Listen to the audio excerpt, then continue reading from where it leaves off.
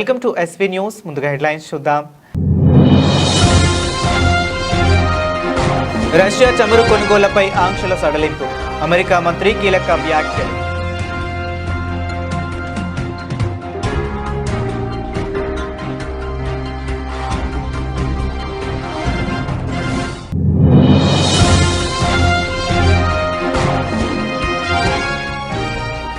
భారత్ను తాకితే ...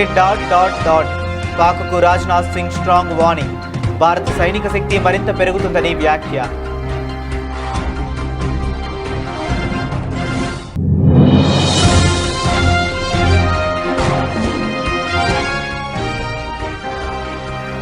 పశ్చిమ బెంగాల్, తమిళనాడులో పోలింగ్ షురు, ఓటేసేందుకు క్యూ లైన్లో బారులు తీరిన ప్రజలు.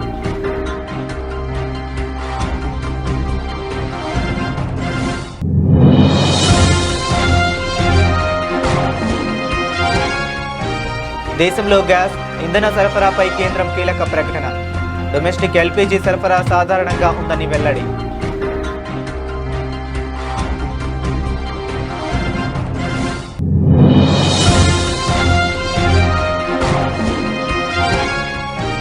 దావోస్, రైజింగ్ గ్లోబల్ సమ్మిట్లోని ఎంఓయూలపై రేవంత్ రెడ్డి సమీక్ష, కంపెనీలకు సౌకర్యాలు, భవిష్యత్ అవసరాలపై ప్రణాళికాబద్ధంగా ముందుకు వెళ్లాలని సూచన.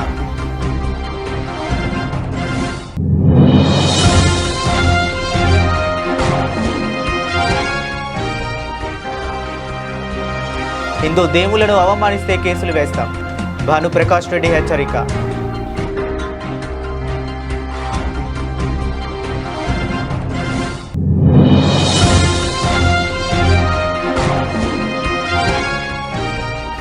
కాళేశ్వరం ప్రాజెక్టు విషయంలో హైకోర్టు తీర్పు, స్పందించిన కేటీఆర్.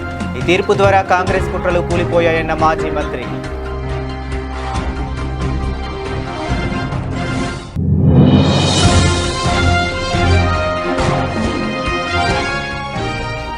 పులివెందుల పర్యటనలో ప్రజలతో మమేకమైన వైఎస్ జగన్. ఇప్పట్ల శివాలయంలో ప్రత్యేక పూజలు నిర్వహించిన వైసీపీ అధినేత.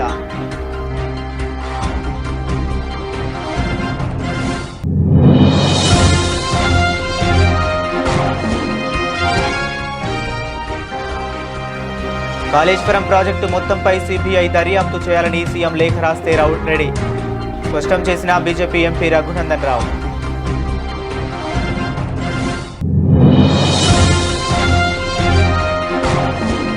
రాజకీయాలకు అతీతంగా రాయలసీమ ప్రాంత ప్రయోజనాల కోసం అందరూ ఏకం కావాలి, పిలుపునిచ్చిన మాజీ మంత్రి బుగ్గన రాజేంద్రనాథ్.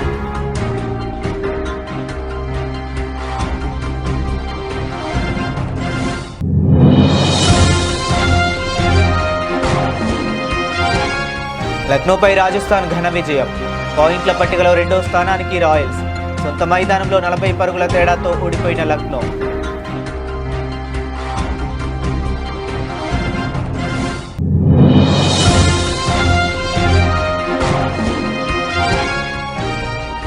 కుప్పకూలిన సూచీలు, అమ్మకాల ఒత్తిడితో బేర్మన్న మార్కెట్.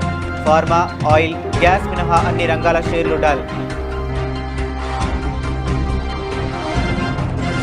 రష్యా చమురు కొనుగోళ్లపై ఉన్న ఆంక్షలను అమెరికా మరోసారి సడలించడంపై ఆ దేశ ఆర్థిక మంత్రి స్కాట్ బెసెంట్ కీలక వ్యాఖ్యలు చేశారు. చమురు కొరతను ఎదుర్కొంటున్న దేశాల అభ్యర్థన మేరకు ఈ ఆంక్షలను సడలించినట్లు ఆయన తెలిపారు.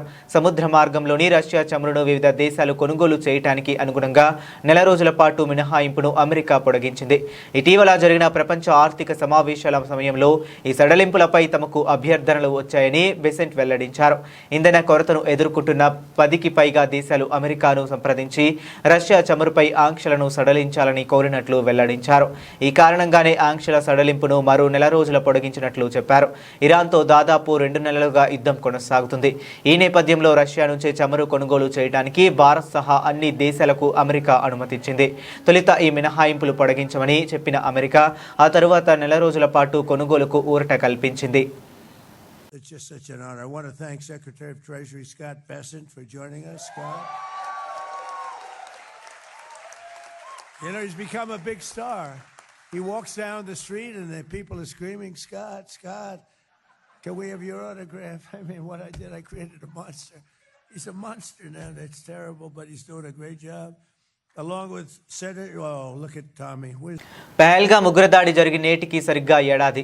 పహల్గాం సమీపంలో బైసరన్ వ్యాలీలో పర్యాటకులపై జరిగిన ఘోర ఉగ్రదాడిలో 26 మంది అమాయకులు ప్రాణాలు కోల్పోయారు. ఈ సందర్భంగా రక్షణ మంత్రి రాజ్నాథ్ సింగ్ జర్మనీ పర్యటనలో ఉన్నప్పటికీ అక్కడి నుంచి పాకిస్తాన్కు అత్యంత శక్తివంతమైన హెచ్చరికలు జారీ చేశారు. భారత్ తనంతట తానుగా ఎవరిపైనా దాడి చేయదు, కానీ మా పొరుగున ఒకే ఒక దేశం ఎప్పుడూ సమస్యలు సృష్టిస్తుంది. ఆ దేశం భారత్ను ప్రమాదంలో పడేయాలని చూస్తే మన ప్రతిస్పందన డాట్ డాట్ డాట్ స్థాయిలో ఉంటుంది అంటూ పాక్ పేరు ఎత్తకుండానే రాజ్నాథ్ గట్టిగా హెచ్చరించారు. పహల్గాం దాడికి ప్రతీకారంగా గతేడాది మే నెలలో భారత సైన్యం చేపట్టిన ఆపరేషన్ సింధూర్ గురించి ఆయన ప్రస్తావించారు. ఆ ఆపరేషన్లో భాగంగా పాక్ భూభాగంలోని 9 ఉగ్రవాద శిబిరాలను 11 వైమానిక స్థావరాలను మన సైన్యం ధ్వంసం చేసిన విషయాన్ని గుర్తు చేస్తూ ఇప్పుడు మన సైనిక శక్తి మరింత పెరిగిందని స్పష్టం చేశారు. डिफेंस का जहां तक प्रश्न है, पहले डिफेंस के मामले में अपनी डिफेंस रिक्वायरमेंट्स के लिए, डिफेंस की आवश्यकताओं को पूरा करने के लिए सामान्यतः हम लोग इंपोर्ट पर विशेष बल देते थे और हमारी डिपेंडेंस इंपोर्ट पर भी रहा करती थी. लेकिन इसमें बहुत बड़ा चेंज आया है. अब हम इंपोर्टर के बजाय अब एक्सपोर्टर भी बन गए.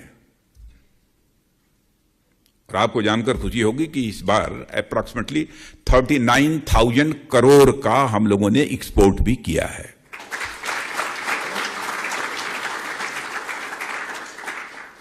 डिफेंस आइटम्स का. और जिसमें हमारी गवर्नमेंट बनी थी उस समय अप्रॉक्सीमेटली 1200 करोड़ का था एक्सपोर्ट. अब वो 38 अप्रॉक्सीमेटली 40,000 मान लीजिए. कुछ चीजों की बातचीत हो गई है, उसके ऊपर जाएगा, 42, 43, 44 जाएगा, 1000 करोड़ तक जाएगा.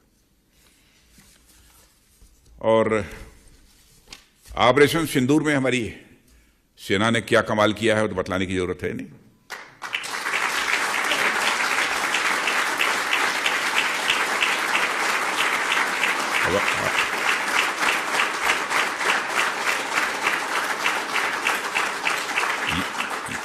यानी हमारी मिलिट्री पावर भी मजबूत हुई है पहले से. अब हम लोग कोई भारत ने आज तक, भारत की हिस्ट्री उठाकर देख ले, कोई आज तक भारत ने दुनिया के किसी देश पर अपनी तरफ से आक्रमण नहीं किया. लेकिन जो ताकतवर होता है वो जल्दी किसी के ऊपर आक्रमण करता भी नहीं है. लेकिन यह है कि यदि अब किसी पड़ोसी ने कोई छेड़छाड़ करने की कोशिश की तो डॉट डॉट डॉट.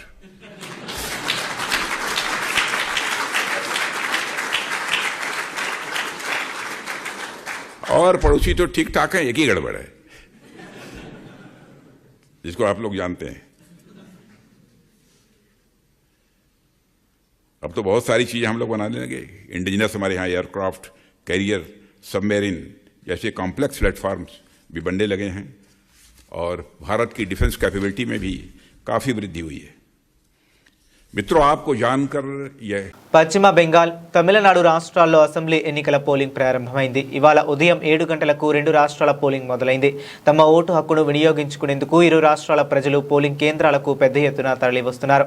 పశ్చిమ బెంగాల్లో మొత్తం 294 అసెంబ్లీ స్థానాలు ఉండగా తొలి దశలో భాగంగా 152 సీట్లకు ఎన్నికలు జరుగుతున్నాయి. మొత్తం 7.4 కోట్ల మంది ఓటర్లు ఉండగా ఈ దశలో 3,60,77,310 మంది తమ ఓటు హక్కును వినియోగించుకుంటున్నారు. అలాగే మిగిలిన 142 స్థానాలకు ఈ నెల 29న ఎన్నికల అధికారులు పోలింగ్ నిర్వహించనున్నారు. మరోవైపు తమిళనాడులో ఒకే విడతలో పోలింగ్ జరుగుతుంది. మొత్తం 234 అసెంబ్లీ స్థానాలకు ఎన్నికల అధికారులు పోలింగ్ నిర్వహిస్తున్నారు. ఎన్నికల బరిలో మొత్తం 4,023 మంది అభ్యర్థులు తమ అదృష్టాన్ని పరీక్షించుకుంటున్నారు. కాగా రాష్ట్ర వ్యాప్తంగా 5.73 కోట్ల మంది ఓటు హక్కును వినియోగించుకుంటున్నారు. ఓటర్ల కోసం మొత్తం 75,064 పోలింగ్ కేంద్రాలను ఏర్పాటు చేశారు.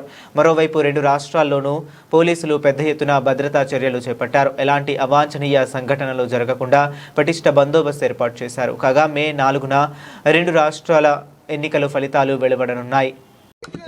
தமிழகத்தில் காலையிலிருந்து எல்லோரும் மிகச் சிறப்பாக தன்னுடைய ஜனநாயக கடமை ஆற்றிக் கொண்டிருக்கின்றார்கள். அனைத்து இடத்திலும் கூட வாக்குச்சாவடியில பெரும் எண்ணிக்கையில நம்முடைய தமிழ் சொந்தங்கள் எல்லாம் நின்று கொண்டிருக்கின்றார்கள். கிட்டத்தட்ட 5,60,00,000 மேற்பட்ட வாக்காளர்கள் வாக்களிக்க இருக்கின்றார்கள். 29 வயசுக்கு கீழே 1,30,00,000 வாக்காளர்கள் வாக்களிக்க இருக்கின்றார்கள். முதல் தலைமுறை வாக்காளர்கள் 18 வயசுலேயே கிட்டத்தட்ட 17 லட்சம் பேர் இருக்காங்க.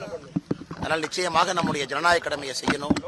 எல்லோரும் தவறாம வாக்களிக்க வேண்டும் என்று அன்போடு இந்த நேரத்தில் கேட்டுக்கொள்கின்றேன்.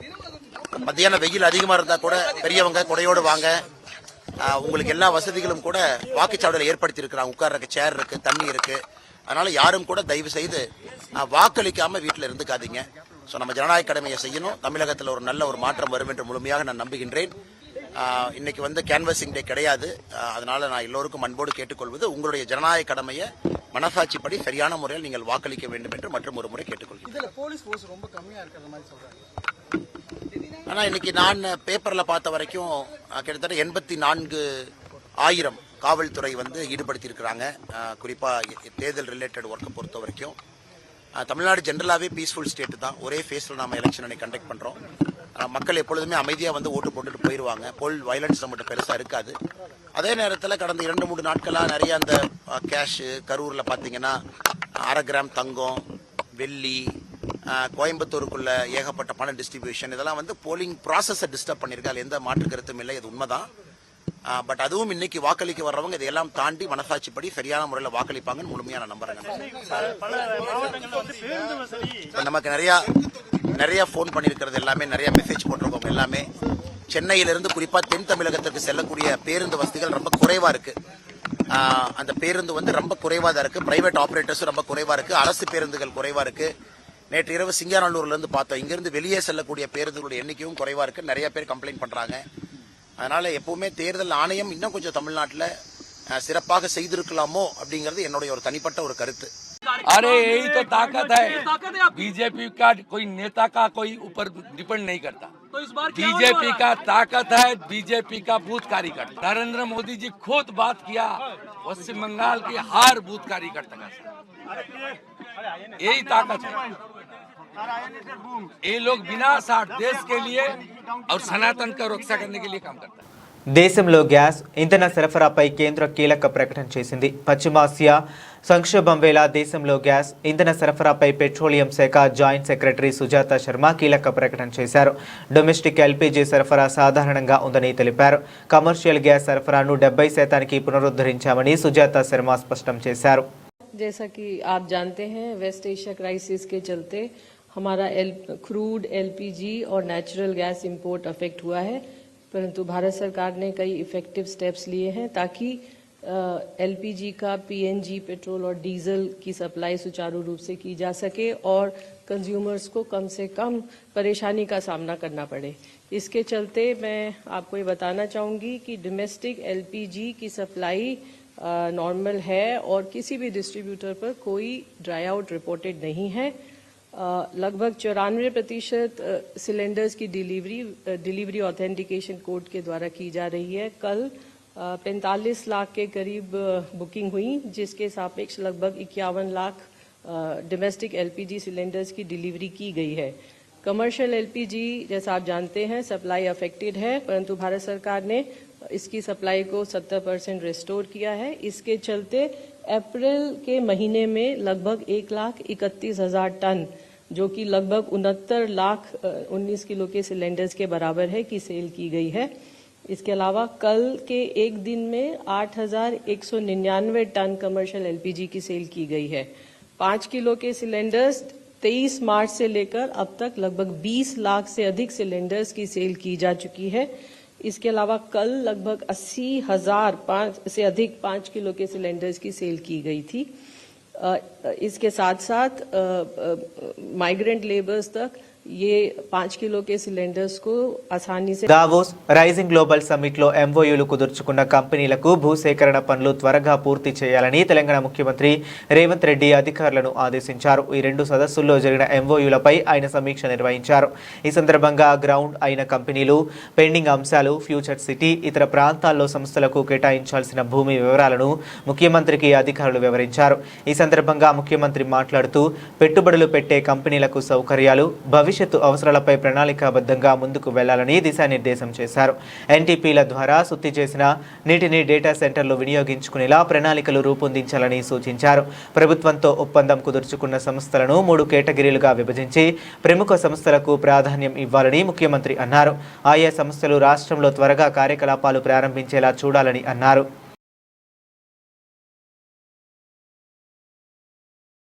హిందూ దేవాలయాలు సాంప్రదాయాలపై అవమానకర వ్యాఖ్యలు చేస్తే ఊరుకునేది లేదని తిరుమల తిరుపతి దేవస్థానం బోర్డు సభ్యుడు భానుప్రకాష్ రెడ్డి హెచ్చరించారు. సోషల్ మీడియా వేదికలపై హిందూ దేవులపై అవమానకర వ్యాఖ్యలు పెరుగుతున్నాయని ఆయన ఆరోపించారు. ఈ అంశంలో న్యాయస్థానాలను ఆశ్రయించి భారతీయ న్యాయ సంహితలో సెక్షన్ 298 ప్రకారం కేసులు వేస్తామని భానుప్రకాష్ హెచ్చరించారు. ఇటీవల అలాంటి వ్యాఖ్యలు చేసిన సినీ నటుడు ప్రకాష్ రాజ్పై 100 కోట్ల పరువు నష్టం దావా వేసినట్లు భానుప్రకాష్ రెడ్డి గుర్తు చేశారు.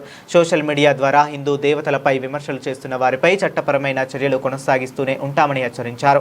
కొంతమంది హిందూ ధర్మంపై విషం చిమ్ముతూ సోషల్ మీడియా ద్వారా డబ్బులు సంపాదిస్తున్నారని ఆగ్రహించారు. దేవాలయాలు సెక్యులర్ సంస్థలు కాదని అవి హిందూ ప్రార్థనా స్థలాలని ఆయన తేల్చి చెప్పారు. ఈ మేరకు దేవాలయాల్లో ఉద్యోగాలు, వ్యాపారాలు హిందువులకు మాత్రమే ఉండాలన్నారు. శ్రీశైలంలో అన్య మతస్థులు సగం జనాభా ఉన్నారన్నారు భానుప్రకాష్. దీనిపై దేశవ్యాప్తంగా చర్చ అవసరమని మేధావులు, రిటైర్డు న్యాయమూర్తులతో సమావేశం నిర్వహిస్తామని పేర్కొన్నారు. రాష్ట్రంలో దేవాలయాలపై దాడుల విషయంలో ప్రభుత్వం కఠిన చర్యలు తీసుకోవాలన్నారు. ఎన్డీఏ కూటమి హిందూ సాంప్రదాయాల రక్షణకు కట్టుబడి ఉందని భానుప్రకాష్ రెడ్డి అభిప్రాయపడ్డారు. కాళేశ్వరం ప్రాజెక్టు విషయంలో కేసీఆర్పై దుష్ప్రచారం చేసిన వారి చంప చెల్లుమనిపించేలా హైకోర్టు తీర్పు వచ్చిందని బీఆర్ఎస్ వర్కింగ్ ప్రెసిడెంట్ కేటీఆర్ అన్నారు. కాళేశ్వరం ప్రాజెక్టు అంశంలో జస్టిస్ పీసీ ఘోష్ ఇచ్చిన నివేదికపై బుధవారం హైకోర్టు ఇచ్చిన తీర్పుపై ఆయన హర్షం వ్యక్తం చేశారు. తెలంగాణ భవన్లో మీడియాతో మాట్లాడుతూ ఈ తీర్పు ద్వారా కూలింది కాళేశ్వరం కాదని కాంగ్రెస్ చేసిన కుట్రలు అని వ్యాఖ్యానించారు.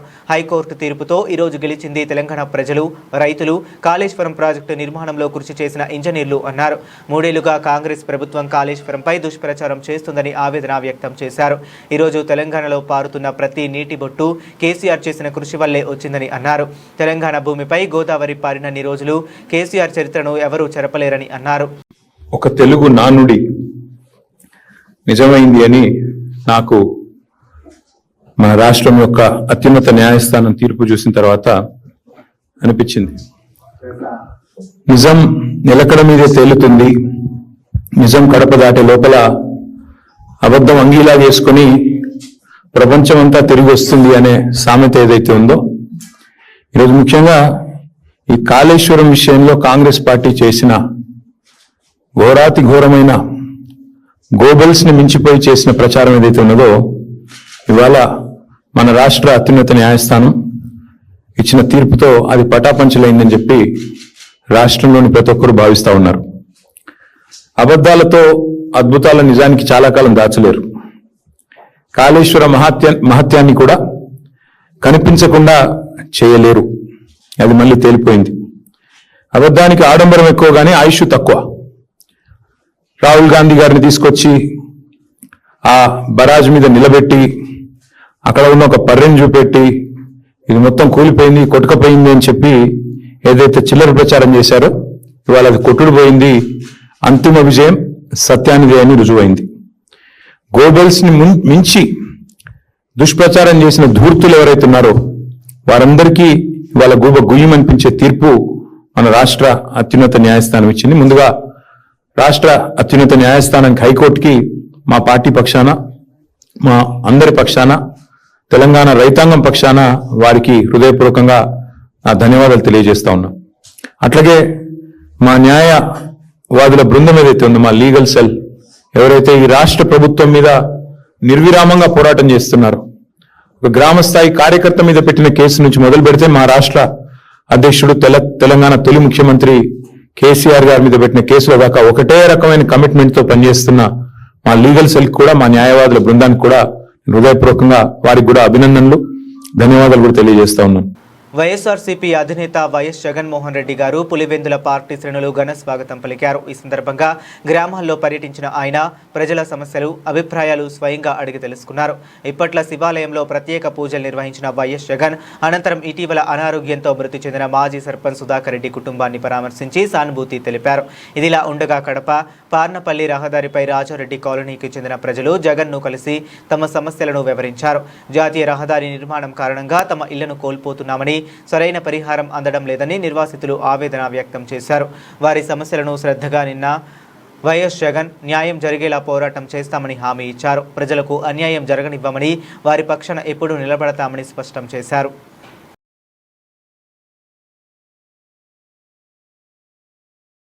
కాళేశ్వరం ప్రాజెక్టు మొత్తంపై సిబిఐ దర్యాప్తు చేయాలని సీఎం లేఖ రాస్తే తాము సిబిఐ దర్యాప్తుకి సిద్ధమని బీజేపీ ఎంపీ రఘునందన్ రావు అన్నారు. 3 బ్యారేజ్లపై మాత్రమే విచారణ జరపాలని రేవంత్ అసెంబ్లీలో తీర్మానం చేశారని, కానీ మొత్తం ప్రాజెక్టుపై విచారణ జరపాలన్నది తమ డిమాండ్ అని తెలిపారు. తెలంగాణలో కాంగ్రెస్ అధికారంలోకి వస్తే కాళేశ్వరంలో అవినీతి డబ్బును కక్కిస్తారని రాహుల్, రేవంత్ వాగ్దానం చేశారని గుర్తు చేశారు. అధికారంలోకి వచ్చాక రాష్ట్ర ప్రభుత్వంతో విచారణ చేత కాదని కేంద్రానికి లేఖలు రాస్తున్నారని ఎద్దేవా చేశారు. కాంగ్రెస్ బీఆర్ఎస్ తో ఒప్పందాలు చేసుకుని డూప్ ఫైటింగ్ చేస్తున్నారని, పీసీ ఘోష్ కమిషన్ పేరుతో 2 ఏళ్ల పాటు కాలయాపన చేశారని విమర్శించారు. కాంగ్రెస్ పార్టీ తెలంగాణ రాష్ట్రంలో అధికారంలోకి రావడానికి ఆ రోజు పీసీసీ ప్రెసిడెంట్గా ఉన్నటువంటి ప్రస్తుత రాష్ట్ర ముఖ్యమంత్రి గారు టీఆర్ఎస్ పార్టీ కాళేశ్వరం ప్రాజెక్టు పేరిట 1,00,000 కోట్ల రూపాయల అవినీతి చేసిందని, తాము అధికారంలోకి వచ్చిన మరుక్షణం 2 నెలల్లోపు కేసీఆర్ మీద విచారణ జరిపి చెర్లపల్లి జైల్లో ఇందిరమ్మ ఇల్లు కట్టించి దాంట్లో కాళేశ్వరం పేరిట దోసుకున్నటువంటి వాళ్ళందరినీ కూడా చెర్లపల్లి జైల్లో పెడతామని చెప్పినారు.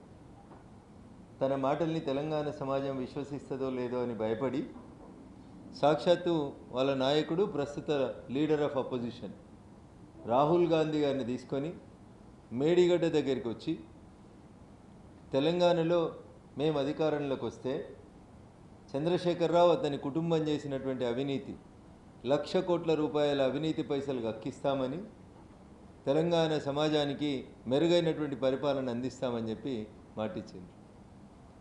అధికారంలోకి వచ్చి దాదాపు 2.5 సంవత్సరాలు పూర్తిగా వస్తూ ఉంది. అధికారంలోకి రాగానే ఇది తన పరిధిలోకి రాదని, తాను విచారణ చేయడానికి శక్తి సరిపోదని గ్రహించి వెంటనే దేశంలోనే అత్యంత వెనుకబడిన ప్రాంతం రాయలసీమ అని, రాజకీయాలకు అతీతంగా ఈ ప్రాంత ప్రయోజనాల కోసం అందరూ ఏకం కావాలని మాజీ మంత్రి బుగ్గన రాజేంద్రనాథ్ రెడ్డి పిలుపునిచ్చారు. రాయలసీమ ప్రజలు తనకు ఓటెయ్యరు కాబట్టి తాను రాయలసీమకు ఏమీ చేయననే ఆలోచన చంద్రబాబులో ఉన్నాడని విమర్శించారు. 40 ఏళ్లుగా రాజకీయాల్లో ఉండి రాయలసీమ ప్రాంతానికి ఆయన చేసిందేమీ లేదని దుయ్యబట్టారు. వైఎస్ఆర్సీపీ హయాంలో జరిగిన మంచి పనులను ప్రజల్లోకి తీసుకువెళ్లాలని ఈ సందర్భంగా ఆయన పార్టీ శ్రేణులకు పిలుపునిచ్చారు.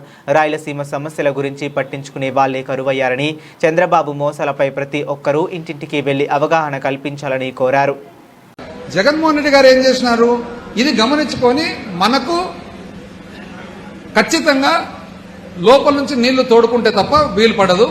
ఒకవేళ మనము తెలంగాణ వాళ్ళు ఇద్దరం ఒకటే లెవెల్లో తోలుకుండేటట్టుంటే వాళ్ళు ఆపనన్నా ఆపుతారు, మనం కూడా సమానంగా తీసుకుంటామని చెప్తే దాన్ని ఆపేసి ఈరోజు గోవర్ధన్ అన్న చెప్పినట్లు, శైలజనాథ్ అన్న చెప్పినట్లుగా ఆల్మట్టి అంటూ తయారైతే, ఇప్పుడు మన కృష్ణానది మీద ఏమేమి ఉన్నాయి, ఆల్మట్టి ఉంది, ఆల్మట్టి కింద నారాయణపూర్ ఉంది, ఇప్పుడు మన పైన శ్రీశైలం పైన ఏమున్నాయి, జూరాల ఉంది, జూరాల పైన నారాయణపూర్ ఉంది, నారాయణపూర్ పైన ఆల్మట్టి ఉంది, ఆల్మట్టి పైన ఘటప్రభ హిడకల్ డ్యామ్ ఉంది, మల్లప్రభ మీద సౌదత్తి డ్యామ్ ఉండి, భీమా మీద డ్యామ్ ఉండి, ఇన్ని డ్యాములు దాటుకొని నీళ్లు రావాలంటే 4-5 సంవత్సరాలు ఒకసారి తప్పితే కృష్ణా నది నీళ్లు శ్రీశైలం చేరేది కూడా కష్టమని చెప్పి మీ అందరికీ నేను తెలియజేస్తా ఉన్నా.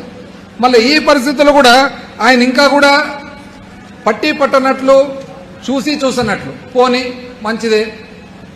ఏం చేస్తున్నారు పరిపాలన మీరు? ఇక్కడ నుంచి తీసుకుపోయి డబ్బులు మొత్తం తీసుకుపోయి అమరావతి, మంచిదే, సంతోషం. నీకు ఒక ఫ్యాంటసీ మాదిరి నువ్వు కట్టాలనుకున్నావు. నువ్వు ఎక్కడ కట్టాలనుకుంటున్నావు? ఎక్కడ కడుతున్నావు? అసలు ఒక నది ప్రవాహక ప్రాంతం ఉన్నప్పుడు ఎప్పుడు కూడా నది ఎక్కడెక్కడెక్కడి నుంచో నీళ్ళు వచ్చి నదిలో చేరేది రివర్ బేసిన్ అంటారు. నదికి ఈ పక్క ఆ పక్క ఒడ్డు ఏదైతే ఉందో రివర్ బ్యాంక్ అంటారు. అయితే రివర్ లేకి, నది లేకి వివిధ ప్రాంతాల నుంచి వచ్చిన నీళ్లు లోపలికి దిగేది అన్ని చోట్ల దిగదు. నది 300 కిలోమీటర్ల కింద ప్రవహిస్తూ ఉంటే 300 కిలోమీటర్లు ఏ 5 చోట్లనో 10 చోట్లనో మాత్రమే ఉపనదులన్నీ చేరుతాయి. దాన్ని ఏమంటారు? అది రివర్ ఫ్లడ్ ప్లెయిన్ అంటారు. ఫ్లడ్ ప్లెయిన్ అనేది ఏమంటే ఉపనదుల నుంచి వచ్చే నీళ్ళంతా నదిలోకి అక్కడ పోతాయి. నది పొంగినప్పుడు మళ్ళీ అక్కడనే పొంగుతుంది అన్నమాట. ఈ ప్రాంతం ఏది? ఇప్పుడు అమరావతి ఏదైతే చెప్తున్నాడో ఆ ప్రాంతం. రాజస్థాన్ రాయల్స్ చేతిలో లక్నో సూపర్ జైంట్స్ తన సొంత మైదానంలో ఓటమి చవిచూసింది. IPL 2026లో భాగంగా లక్నోలోని భారతరత్న శ్రీ అటల్ బిహారీ వాజ్పేయి ఐక్నా క్రికెట్ స్టేడియంలో జరిగిన మ్యాచ్లో రాజస్థాన్ 40 పరుగుల తేడాతో భారీ విజయం సాధించింది. రాజస్థాన్ నిర్ణీత 20 ఓవర్లలో 6 వికెట్లు కోల్పోయి 159 పరుగులు చేయగా 160 పరుగుల లక్ష్యంతో క్రీజులోకి దిగిన లక్నో 18 ఓవర్లలో 119 పరుగులకే ఆలౌట్ అయింది. లక్నో చివరిలో 15 పరుగుల తేడాతో 5 వికెట్లను కోల్పోయింది. లక్నో సూపర్ జైంట్స్ టాస్ గెలిచి బౌలింగ్ ఎంచుకుంది. తొలుత బ్యాటింగ్ చేసిన రాజస్థాన్ రాయల్స్ 159 పరుగులు చేసింది. ఆ తరువాత ఛేదన ప్రారంభించిన లక్నో మొదటి 2 ఓవర్లలోనే కీలక 2 వికెట్లను కోల్పోయింది. మిగిలిన వారు ఎవరూ ఉత్తమ ప్రదర్శన కనబరచలేదు. Jofra Archer 3, Brijesh Sharma, Nandre Burger 2 వికెట్ల చొప్పున తీసుకున్నారు. ఇప్పటి వరకు 4 పాయింట్లతో బెంగళూరు, హైదరాబాద్, రాజస్థాన్ 2, 3, 4 స్థానాల్లో ఉన్నాయి. లక్నోపై విజయం సాధించడంతో మొత్తం 10 పాయింట్లు సాధించిన రాజస్థాన్ పాయింట్ల పట్టికలో 2వ స్థానానికి ఎగబాకింది.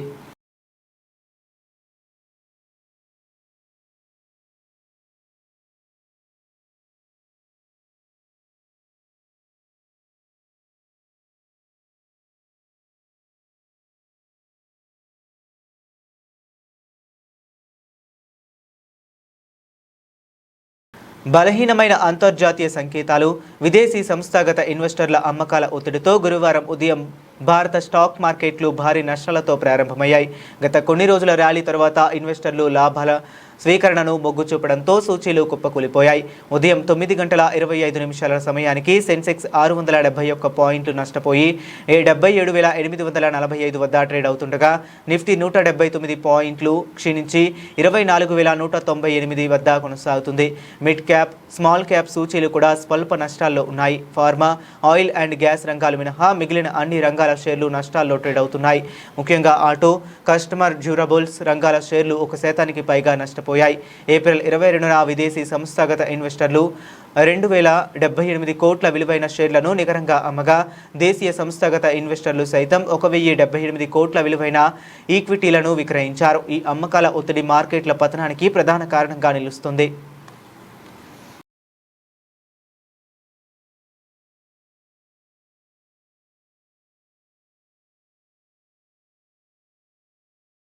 బులెటిన్ ముగించే ముందు మరొకసారి హెడ్లైన్స్ చూద్దాం. రష్యా చమురు కొనుగోళ్లపై ఆంక్షల సడలింపు, అమెరికా మంత్రి కీలక వ్యాఖ్యలు.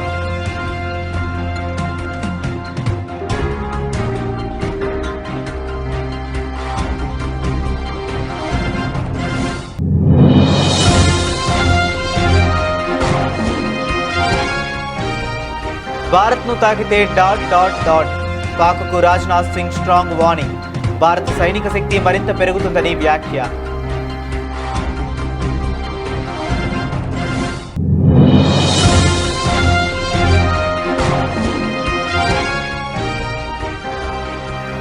పశ్చిమ బెంగాల్, తమిళనాడులో పోలింగ్ షురు, ఓటేసేందుకు క్యూ లైన్లో బారులు తీరిన ప్రజలు.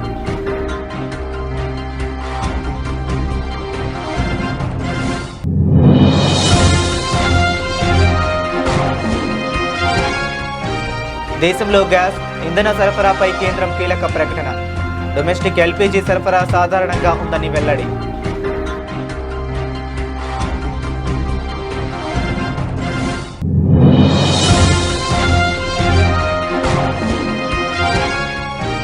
దావోస్, రైజింగ్ గ్లోబల్ సమ్మిట్లోని MOUలపై రేవంత్ రెడ్డి సమీక్ష, కంపెనీలకు సౌకర్యాలు, భవిష్యత్ అవసరాలపై ప్రణాళికాబద్ధంగా ముందుకు వెళ్లాలని సూచన.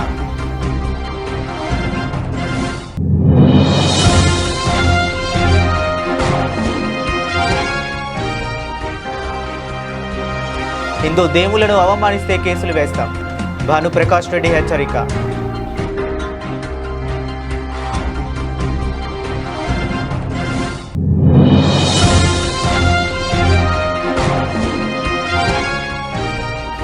కాళేశ్వరం ప్రాజెక్టు విషయంలో హైకోర్టు తీర్పు స్పందించిన కేటీఆర్. ఈ తీర్పు ద్వారా కాంగ్రెస్ కుట్రలు కూలిపోయాయన్న మాజీ మంత్రి.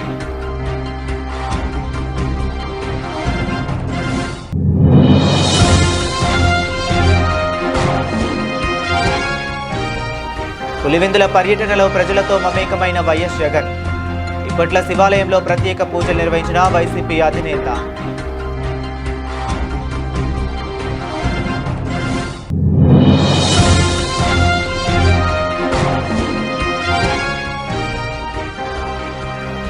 కాళేశ్వరం ప్రాజెక్టు మొత్తంపై సిబిఐ దర్యాప్తు చేయాలని సీఎం లేఖ రాస్తే రెడీ స్పష్టం చేసిన బీజేపీ ఎంపీ రఘునందన్ రావు.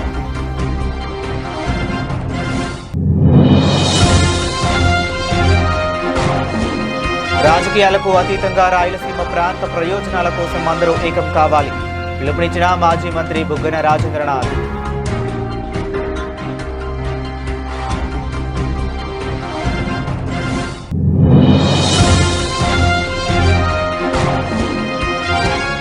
లక్నోపై రాజస్థాన్ ఘన విజయం. పాయింట్ల పట్టికలో 2వ స్థానానికి రాయల్స్. సొంత మైదానంలో 40 పరుగుల తేడాతో ఓడిపోయిన లక్నో.